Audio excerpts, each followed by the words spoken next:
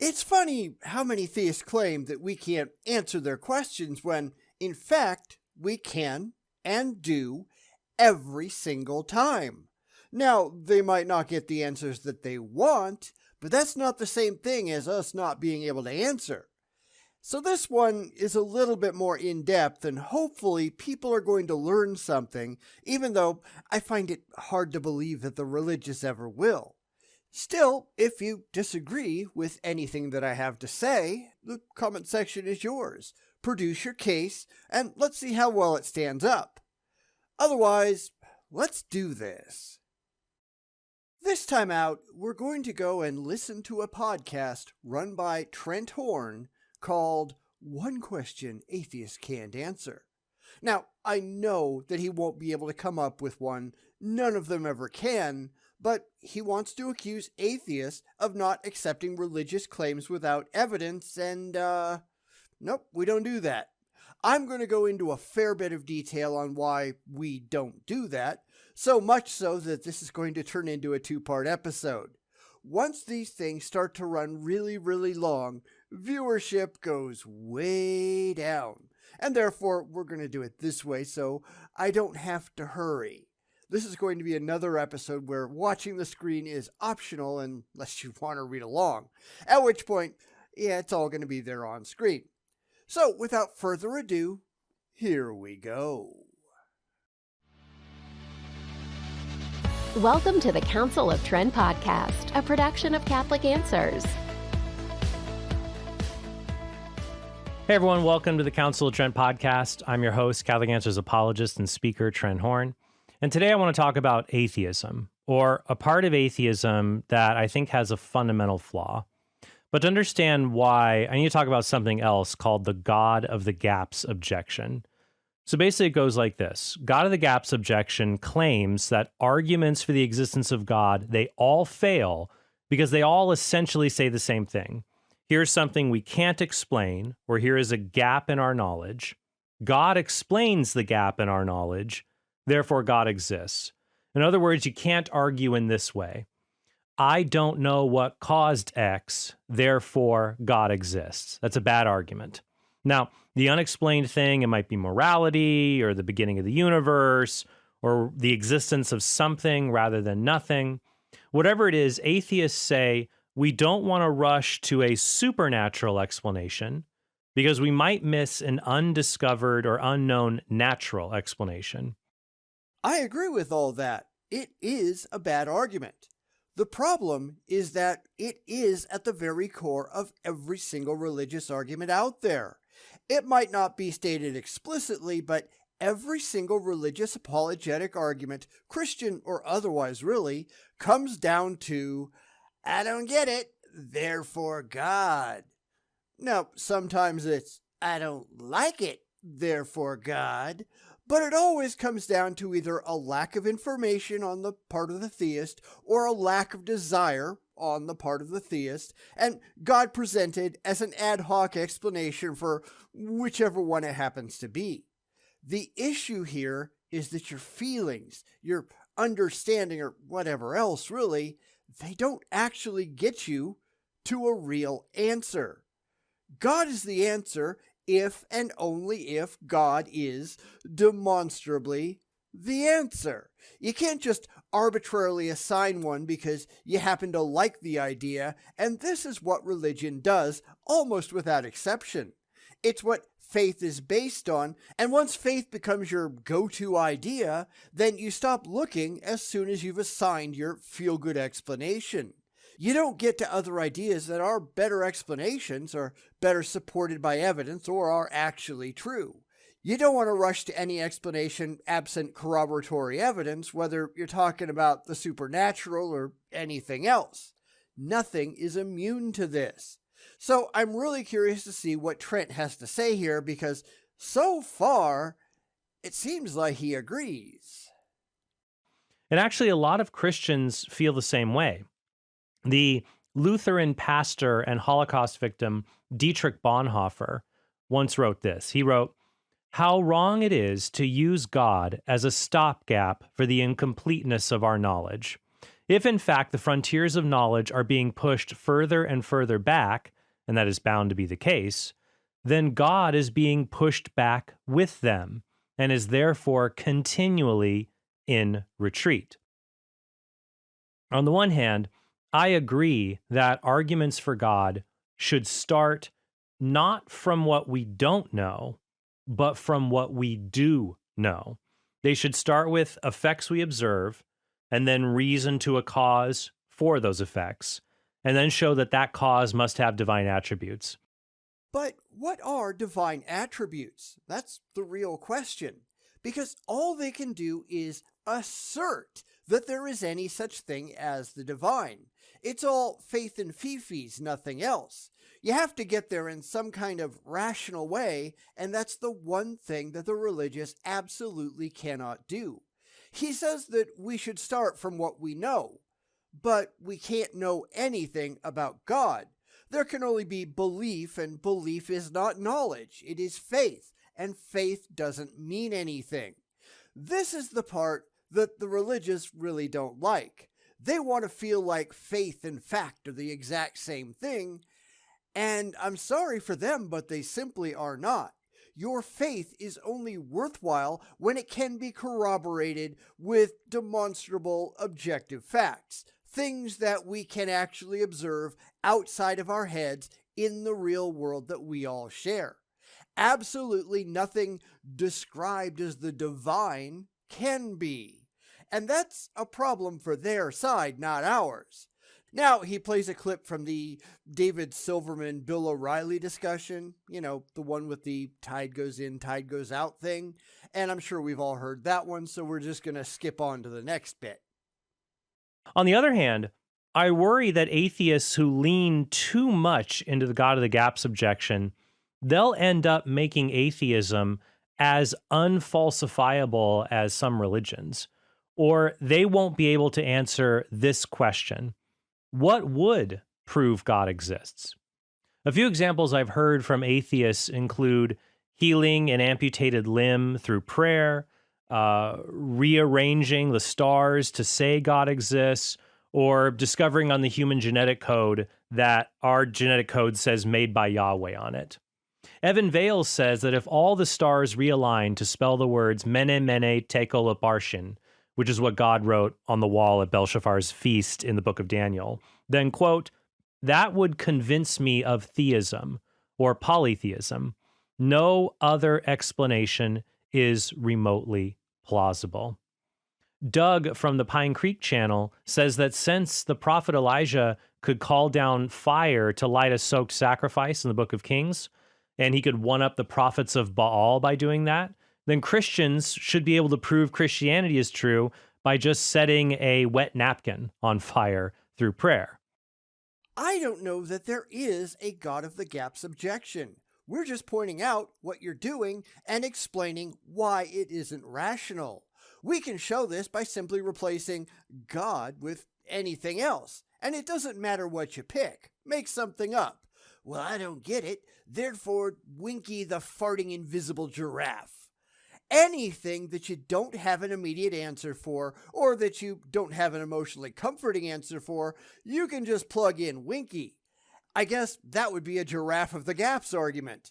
The problem is, it just doesn't make any sense. There is no more reason to think that there are any gods than to think there is an invisible giraffe named Winky. It has absolutely no demonstrable explanatory power, no matter what you want to believe. And I think Trent understands the problem. You have to get to a God first, and then you have to get to your God. But how exactly do you do that? And I'll be honest, I don't know. I have absolutely no idea, but you still have to. Just like you'd have to prove that there are invisible giraffes before you could hope to prove the specific one named Winky exists. Now, the question is, what are the theists going to do? Because that's not our job, that's theirs. We didn't come up with the idea. They did. How do they reach it without relying on faith or wishful thinking? Because, as I think we've already established, faith doesn't get you anywhere. Now, Some of the examples are better than others, but they all share the same flaw. I would ask the non-believers who offer these examples, why would these particular things convince you that God exists? I suspect ultimately this is the reasoning. I don't know what caused a limb to be healed, or the stars to move, or the napkin to catch fire. I can't imagine a natural cause. Therefore, God must have done it. In other words, they commit the God of the gaps fallacy in their hypothetical evidence. I don't know what caused X. Therefore, God exists. Here's a blatant example of this from my debate with atheist Dan Barker. When I asked Barker what would convince him to give up atheism, he said that if I prayed and told him what was written inside an envelope he had on stage with him, then he would believe God exists. He also claimed that since God is all-knowing, I could pray to God and God would tell me what's written on the card. Now, I'm going to get to that in a second, but first, I'm going to show why Trent is wrong. Religion is full of things that, if religion was true, if the religious claims were true, it should be trivial to do. If there was an all-powerful, all-knowing God out there somewhere that sincerely wanted people to know that it was real, then its followers ought to be pulling lottery wins out of their backsides every single week. I mean, churches wouldn't need to be tax exempt. They would have an infinite amount of money to pay for all of the good work that they supposedly do. Yet, when he starts to talk about, well, there's got to be a natural cause, that's because we only know about natural causes. We have never, ever, ever, not even once, seen a demonstrably supernatural cause for anything. Not once, not ever. So when people like Trent start to propose these invisible causes, never once demonstrated to have ever happened in the history of forever, we are perfectly within our rights to ask how he got there. Not what he believes, but what he knows. We have established that natural causes exist. We have never, ever, ever established a God. Extraordinary claims require extraordinary evidence, and they haven't got anything. So let's see what Trent and Dan have to say, and I'll catch up with them somewhere in the middle. Here is my reply. So let me understand, we have 15 seconds left. If Jesus appeared and performed a miracle for you, you would ask God to apologize. But if I could do a magic trick, you would become a Christian. It's not a magic trick, Trent. I mean, suppose I really did guess what was written on the envelope, inside the envelope. Would Dan Barker convert? No way. He'd think, well, maybe it was a lucky guess. Or maybe before the debate, when he was distracted, I opened the envelope, I read it, and then I resealed it. That would be way more likely than a miracle. I mean, look what happened when actor Harrison Ford picked a card out of a deck from magician David Blaine. And Blaine then pulled that card out of an orange in Ford's kitchen. Did Harrison Ford say, "Oh my gosh, you're divine," or "Oh my gosh, God exists"? No, he said this. Get the out of my house. And he had a good point. But David Blaine, he doesn't pretend that he can do miracles. It's a trick. Just ask him. If he were claiming that he could do miracles, we'd be absolutely justified in demanding an entirely new level of evidence on his part, just like we're asking for with your God claims. Just because you claim it, that doesn't make it true. But the religious can't even demonstrate what a miracle is, much less how they got there. They can't even really define what it is, but they still claim it's real. They can just claim it exists, and we're asking them to back it up. How they do so, that's really their problem, not ours. They're the ones making the claims. They need to work out their own evidentiary requirements. Or at best, Dan would think that I have some unknown natural or supernatural power to read hidden messages, but not that God exists. In that debate, it was amazing to me that Dan Barker just hand-waved away my philosophical arguments for the existence of God. So there was only one real evidence that Trent offered tonight. The rest is just words. And I think you know what that is. The rest is just philosophy and talk and words. But then he said that if I could perform a magic trick, he'd believe that God exists. So I think this shows we have a double standard among some atheists, specifically among those who dismiss classical arguments for God as essentially saying, I don't know, therefore God. They dismiss all the classic proofs, I don't know, therefore God. But then they say you could prove God exists through one of their hypothetical examples, like guessing a card in an envelope, which is also a case of I don't know, therefore God. I mean, what's the difference between an amputated limb coming into existence from nothing, proving God exists, and a universe coming into nothing, coming into being from nothing? Wouldn't that also prove God exists if that's what happened? The bottom line is that no matter what wildly fantastic scenario an atheist proposes that would allegedly prove God exists, you could always ask him, how do you know that there isn't an unknown natural explanation for that scenario? I wouldn't believe that God exists just because you could do a magic trick. That's not the claim that you're making here. It might be pretty impressive if you could consistently tell me the number that I'm thinking of or accurately predict the future, but that wouldn't really prove God, would it? That would just prove that you've got a pretty good gimmick. That's the brick wall that they're going to run into. They can't even adequately explain what God is, and they certainly can't show how they've come to this supposed information. But it says so in the Bible. Yeah, but that's not an answer. Neither is, I have faith. Neither is, I heard a voice in my head. None of that is adequate for getting from, I really, really, really believe, to, this is what is actually real. I don't have to come up with a methodology for you to follow because you should have already come up with one on your own. It's how you should have worked these claims out for yourselves without, because I really want it to be true. That doesn't mean anything. So present what convinced you rationally, the evidential trail that you followed that convinced you that these claims were accurate and true. Let's see that, and I will decide on my own if it also convinces me. If not, then what you did was probably pretty suspect. And I think that's what we'd actually find out.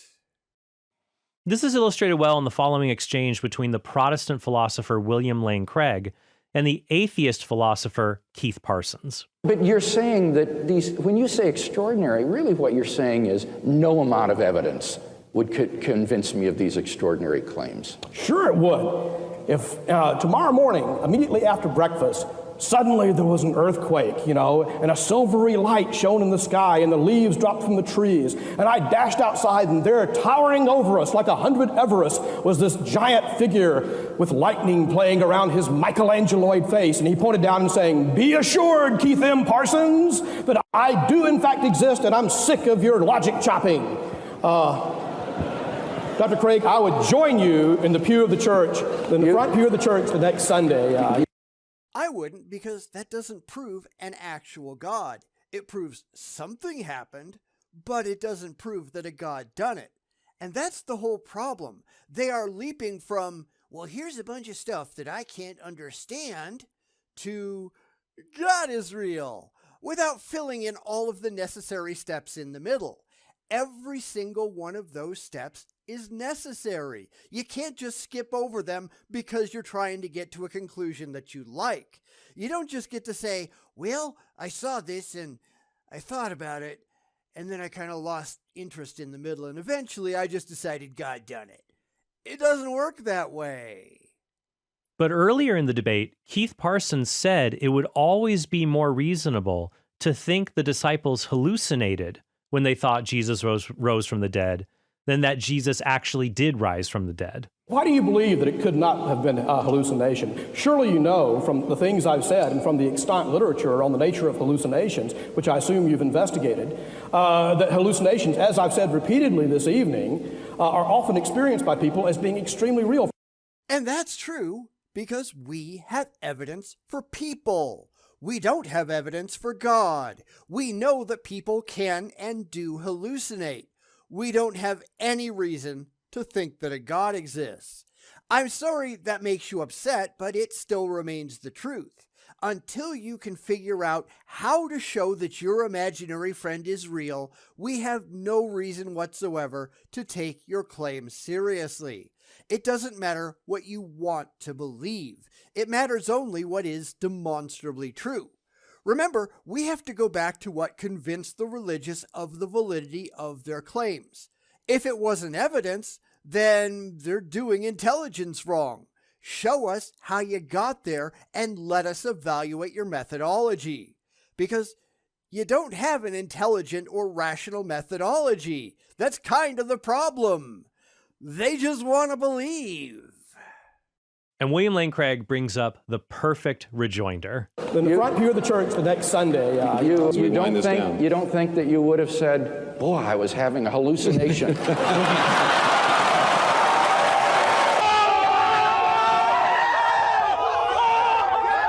What's interesting is that some atheists have even conceded that nothing could prove God exists, since you could always imagine another unknown explanation being the true cause of whatever thing you observe. So in principle, it's impossible to ever persuade you that God exists. I didn't quite say that, but... well, what would persuade you? I can't conceive of... I suppose even if I died and was confronted with St. Peter saying, welcome to heaven, I'd probably think I was dreaming. That's all perfectly fine. It isn't even my job to come up with a list of criteria that would convince me that God is real. I can have no idea, and in fact, I don't. There are things that might make me more curious, but if God doesn't come down off the mountain and prove to me that he's real in some undeniable way, then we're just going to go back to square one. However, if God is real and all-knowing and all of that, then I don't have to know what would convince me. He should. The fact that I have not, as of yet, been convinced is sufficient reason, at least for me, to reject belief in this God claim. When I believe, I'll believe, and not until. God had better get his ass in gear. Wonder why he hasn't. So it seems like you can either have an extreme God of the gaps view towards the arguments for God and write them off, or be open to God existing, but you can't be both.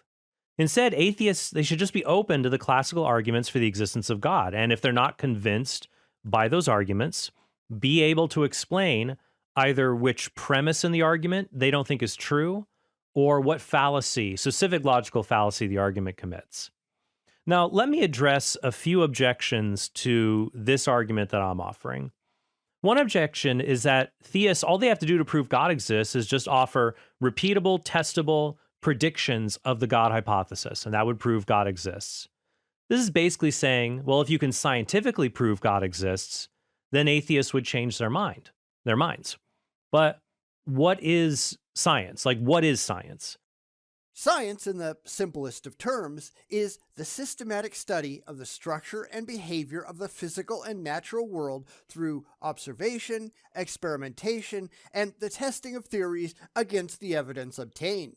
It is coming to grips with the real world in which we all live through direct interaction and observation.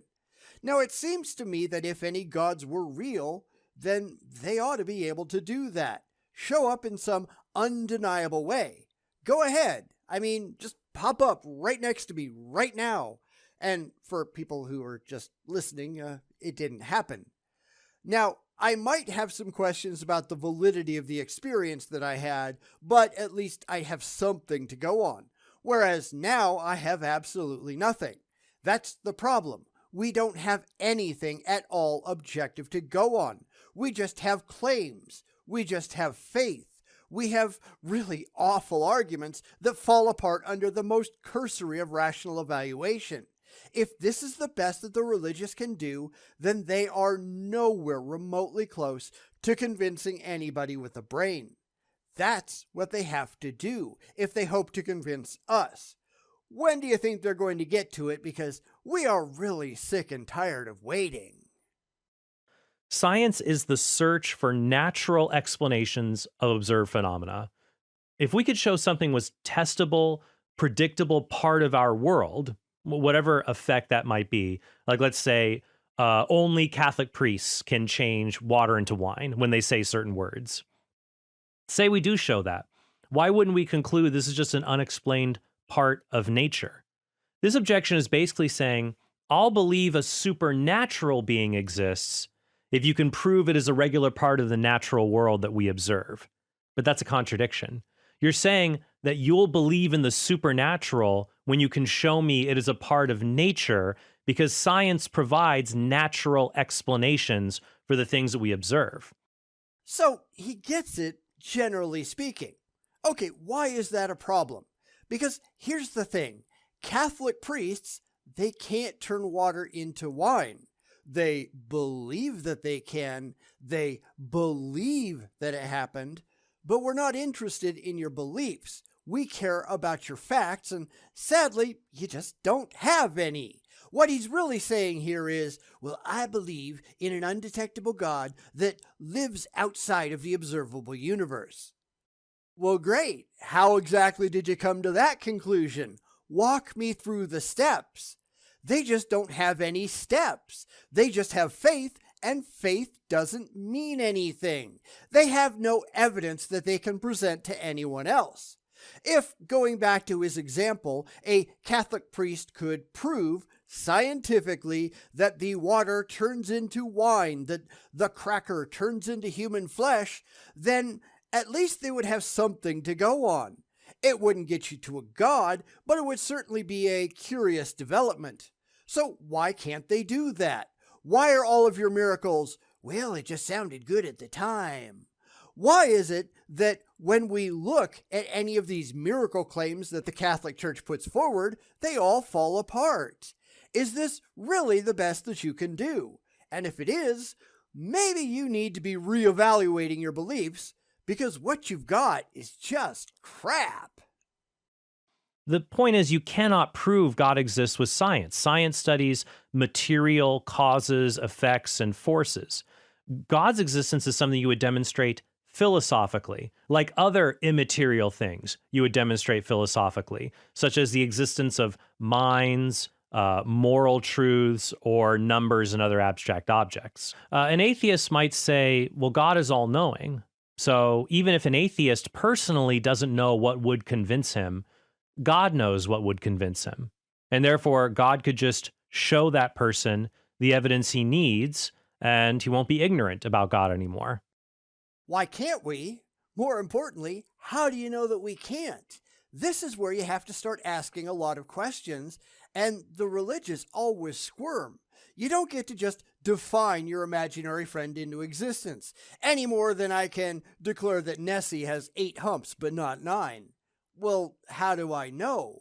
I'd have to trot out my evidence and show how I've made these observations rationally and objectively, and the religious, they can't do any of that, can they? He says God is something that you have to prove philosophically. Says who? This is why these questions matter. You don't get to just assert things based on blind faith. Not if you hope to get anyone else to take you seriously.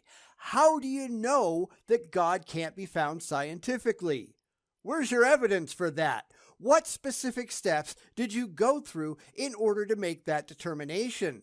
They can't answer any of these questions, and it's why it's so important to hold their feet to the fire. But I just believe it. Okay, so what? If we approached them and said, well, we believe in the flying spaghetti monster, they just laugh and say it was stupid.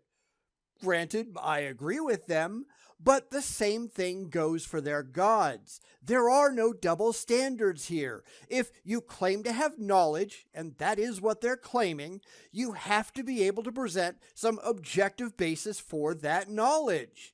How did you get there, and what are the steps? They don't have an answer to that. I have no idea specifically what would change my mind about the existence of a God. But if there is such a being as a God, then one would think that God knows exactly what would change my mind and should be capable of taking the action to present the case that would change my mind. And this hasn't happened. I think one way to address these objections is to shift the question away from what evidence would convince you that God exists to what evidence would make it reasonable for someone to believe God exists. You see, being convinced of something, being convinced seems to be almost a matter of like personal taste. For example, I could ask Matt Dillahunty, how would you know that what convinced you that God exists actually gave you a good reason to believe God exists? I mean, people are often convinced of false things. So the fact that something convinces Matt Dillahunty to believe, it doesn't mean it's a good reason. Saying that what would convince Matt Dillahunty to believe is just what would convince him is circular. It reduces the debate over God's existence to whether certain external observations merely cause us to have convincing internal feelings rather than following a process of reasoning. I don't think any arguments would make it reasonable to believe in a God without evidence for that God first. I mean, if you say, I've got a cow, and here's my argument for the cow, I don't want to hear your arguments. I want to see the cow. It's the same thing with Bigfoot. I don't want to hear your arguments for Bigfoot. I want you to flop a body up on the table. You gotta prove the thing first. And this is the problem that the religious have. But I just want to believe. All right, but that doesn't mean anything. It's just an assertion made for emotional reasons. I can say, but I just want to believe in the flying spaghetti monster. Okay, so what? This goes beyond what you want to what is actually true. This is why it's so absurdly easy to do away with these people, because they have nothing of substance to begin with. And that's especially true for presuppositionalists, but it works for any theist under the sun. Take any ridiculous thing that you just made up in your head. It doesn't really matter. Every time they try to tell you about their imaginary friends, correct them and tell them about yours. No, God didn't create the universe. Invisible, intangible, universe-creating pixies did. Why? Because you said so. Because that's all they're doing after all, right? We don't do double standards. What goes for the goose goes for the gander. You don't get to make up your own rules. So I think we're just going to stop there for the day.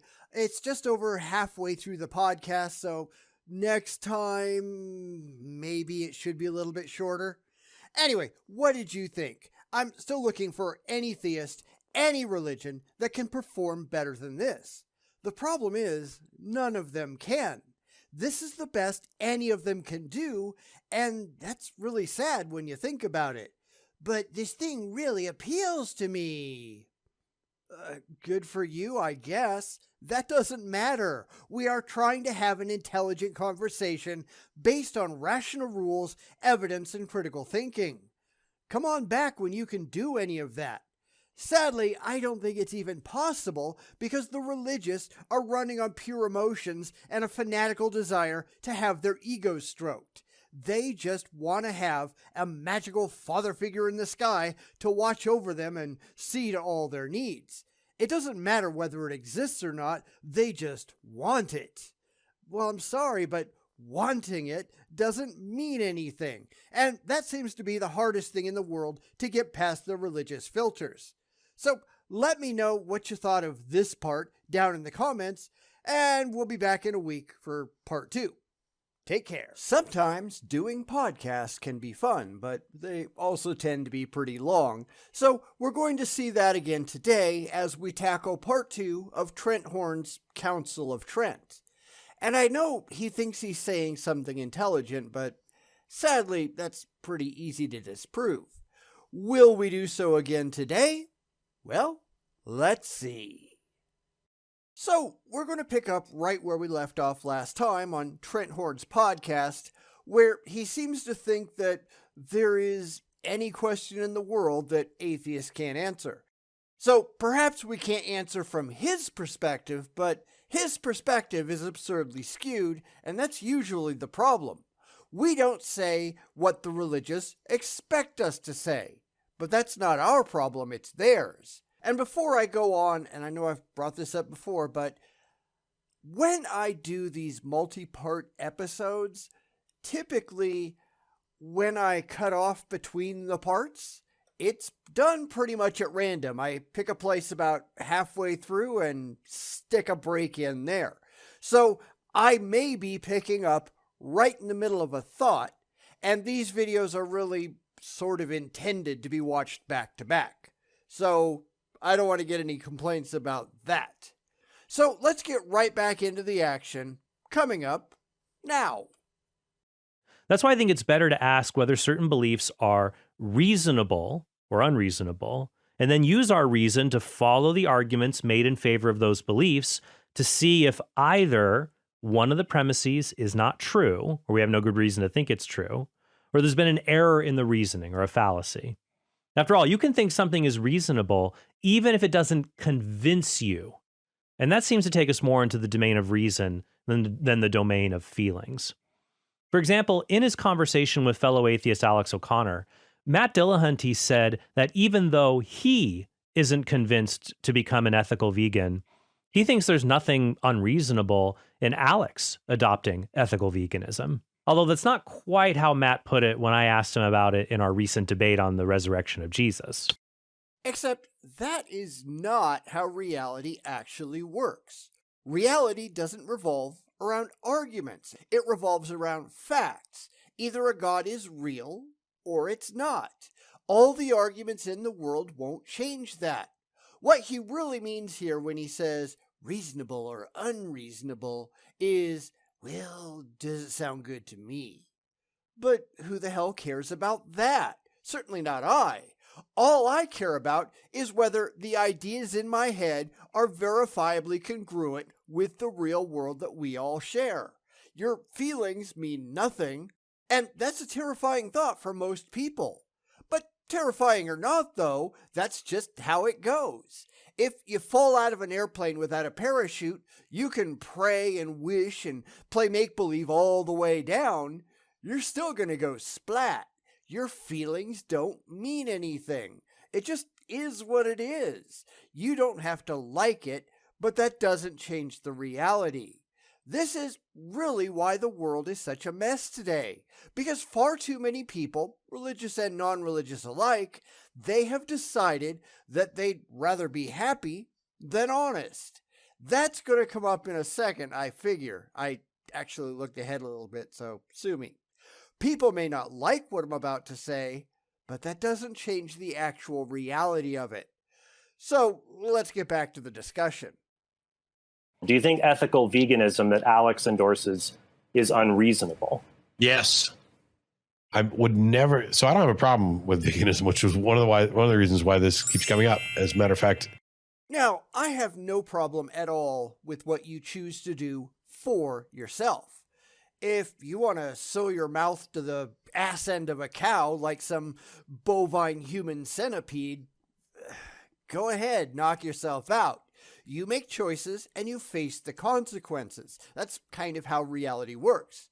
In fact, we did address one Alex O'Connor video a while back where I pointed out all of the emotional appeals that Alex was using while pretending that it was a logical or rational thing along the way. It wasn't. It wasn't at all. Now, you can choose not to eat animals. That's entirely up to you. I just don't happen to make that choice. You can also choose not to eat broccoli. Whatever floats your boat. Whatever ideas you invent to justify such a position, that is entirely up to you, so long as you understand that it doesn't exist outside of your head. And that's kind of the problem. A lot of people go from, well, I have decided to do this, to, I've decided that absolutely everybody else has to do this too, otherwise they're evil, vile, unethical people that I should kill. Yeah, screw you. Because a lot of this bizarre meta-ethical crap that we see going around so often in philosophical circles, it's just that. Crap. It's just people taking their own internal emotional compass and pointing it at everyone else, with the unwarranted assumption that everybody else has to agree. And that's not how it works. If you want to do it, that's fine by me. Go ahead. I will never stand in your way so long as you're not hurting anybody else. If you want to insist that I have to do it too, though, yeah, I'm going to tell you where to stick it, probably graphically. If you want to try to justify it in some kind of rational, evidence-based way, that's fine. I will consider your words and I will make the choices on my own. If you try to slap labels like moral and ethical on your position and insist that I have to go along with it or you're going to call me childish names, yeah, we are going to have some issues. Do you think ethical veganism that Alex endorses is unreasonable? I think you said at one point that you do consider it to be a moral virtue. You think it is a good thing? I am to convinced do? that it's likely a moral virtue. Okay. I know people who do it for health reasons. I know people who do it for ethical reasons, and I don't have any objection. My lone objection was to ethical vegans who say, if you eat meat, you are an immoral person. That's kind of my position, at least the end. These are people who don't seem to understand how morality actually works. And I see this in a lot of philosophers. They are doing it for the exact same reason that the religious are doing it. They are taking their feelings, asserting that because they feel a certain way, well, that means that it's the proper way that absolutely everyone should feel. And further, claiming that anyone who doesn't share their emotionally comforting wishes and dreams, that somehow there's got to be something wrong with those people. Now, I didn't mean to make this about veganism, it just happened to come up, and that's an entirely different discussion in and of itself. So let's piss off the YouTube algorithm and talk about something else that tends to have the same kind of overly emotional reaction. Suicide. There is a widespread belief among a wide-ranging group of people who seem to think that absolutely anyone who would ever even consider suicide for any reason whatsoever, anyone who might not cling to life tenaciously forever and ever and ever no matter what, there is something inherently wrong with those people. Much of humanity is so terrified of the very idea of death that they can't even consider the possibility of, not wanting to live forever and always. And because they are afraid, they assume that absolutely everybody is just like they are. Where have we heard that one before? But if you run into someone who doesn't want to live anymore for whatever reason, terminal cancer, constant agony, it doesn't really matter. I don't really care. But if they run into those people, they immediately declare that those people are out of their minds, because thinking that they're not might make them sad. We can see this in case after case after case in the media, where people have decided that they no longer want to live, or that people that they are legally responsible for, that they are just too far gone to keep alive, and the lawsuits and the constant screaming and crying and accusations. Not only do most people not want to die, but they don't want anybody else to die either. They are going to keep these people alive against their will because the very idea of doing otherwise, it makes them personally uncomfortable. Now, take that and apply it to religion, veganism, or whatever else. It doesn't matter. Anything about which people have strong philosophical or emotional attachments, and see just how far they're willing to go. This is not rational. This is emotional. But emotions, they don't mean anything to anyone but you. Yeah. For the record, I don't think you're an immoral person for eating meat. I just think that what you're doing is immoral. That now I can see. Do you think ethical veganism that Alex endorses is unreasonable? Yes. I think it's entirely fine for Alex. If that's what he wants, he's in control over what he shovels into his mouth. I don't care. However, the right to swing his fist, physically or philosophically, it ends at everybody else's nose. He doesn't get to say, well, because I'm uncomfortable with the thought, you have to cater to my feelings. That's exactly the point that I made in that video from quite a while ago now. If I can find it, I'll try to link to it in the description if you want to take a look. Your comfort means nothing to anyone but you. Stop it. So I'd ask an atheist, could it ever be reasonable for someone to believe God exists? And if you ask atheistic philosophers, many of them will say, yeah.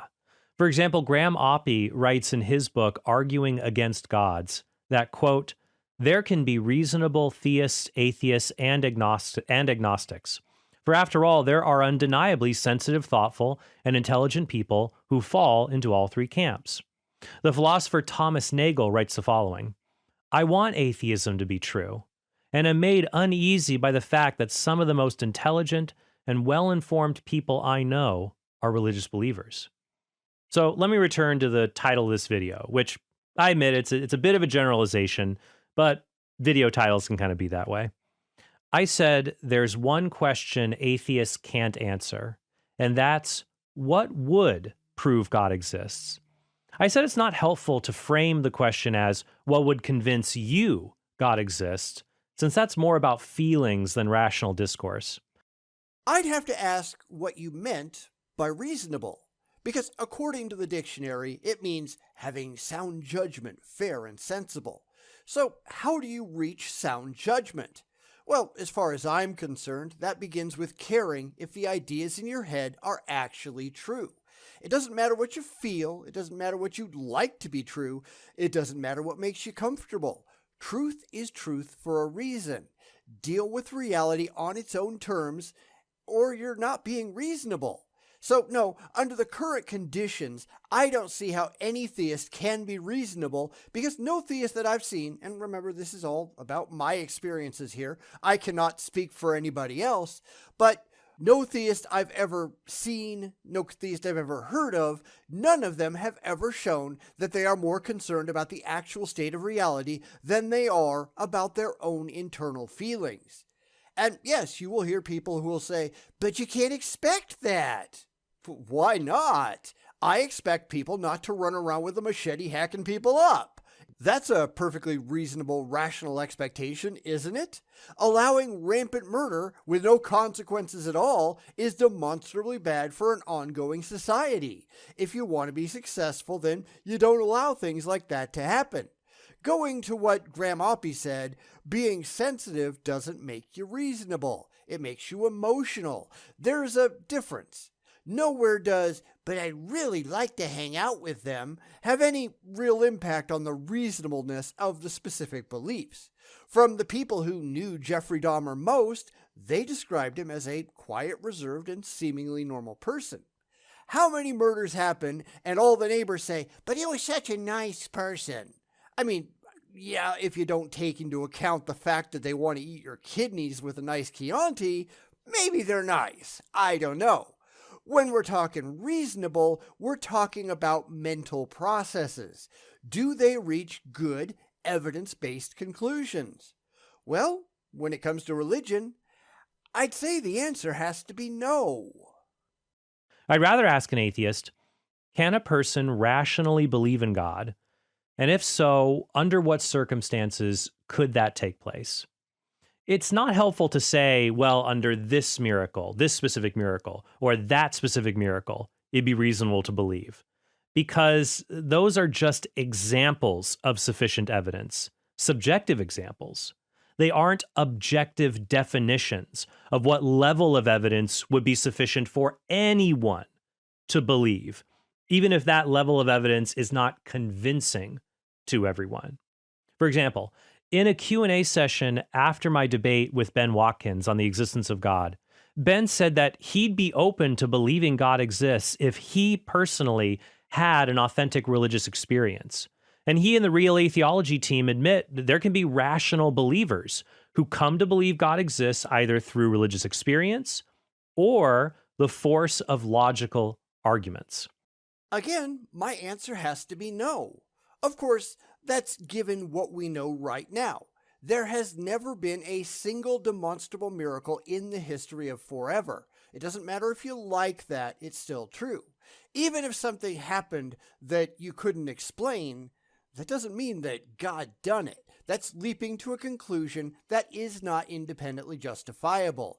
It is absolutely no different than asserting, well, I heard a noise in the woods, therefore Bigfoot done it. you are skipping all the steps in the middle, whereby you've shown a direct causal link between the event in question and an actual defensible, demonstrable God. And that's what you need to do if you want to be reasonable. And the religious aren't even close. They aren't even trying.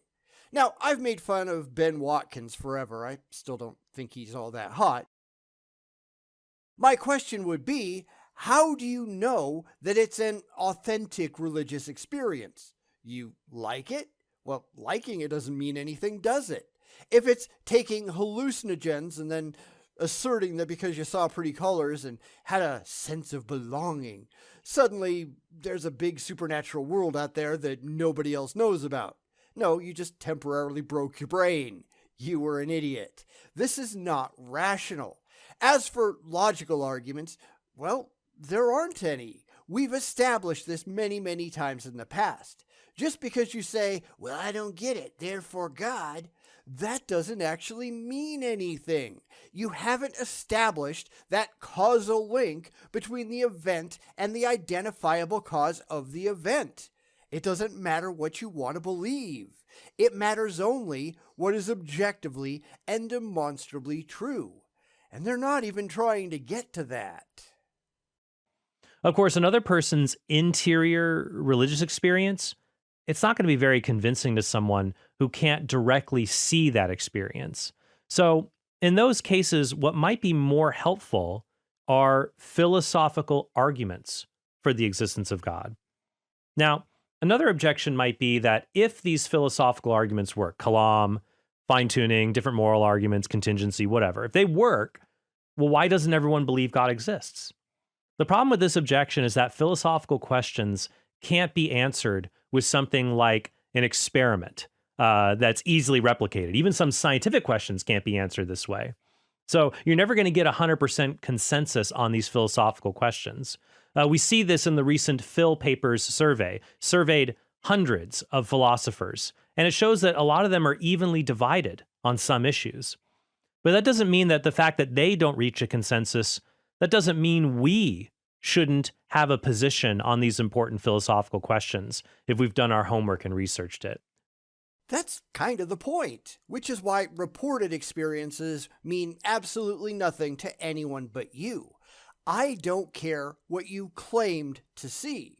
I care what you can demonstrate is real to me. And that's never going to work out very well for the theist. So, knowing that he can't actually provide any real evidence for his imaginary friend, he launches into the already debunked philosophical arguments as his last hope. And we've already taken apart kalam, fine-tuning, all the moral arguments, contingency, all the rest.